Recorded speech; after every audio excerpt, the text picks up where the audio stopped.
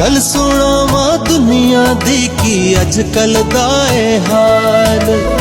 किसे नू लालच शोहरत दा ए, किसे नू लालच माल। रह जाना ए सब कुछ इत्थे, कुछ नहीं जाना नाल। जीने दा वल दस गए सानू ऐसे लोग कमाल। कहना शाह हुसैन दा